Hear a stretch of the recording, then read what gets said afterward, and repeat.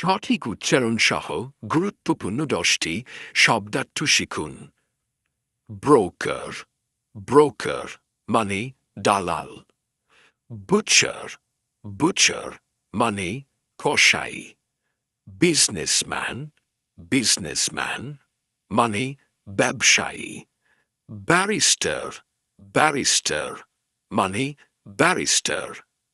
Cashier, cashier মানে হিসাবরক্ষক।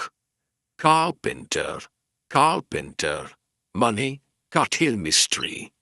Clerk, clerk মানে কেরানি।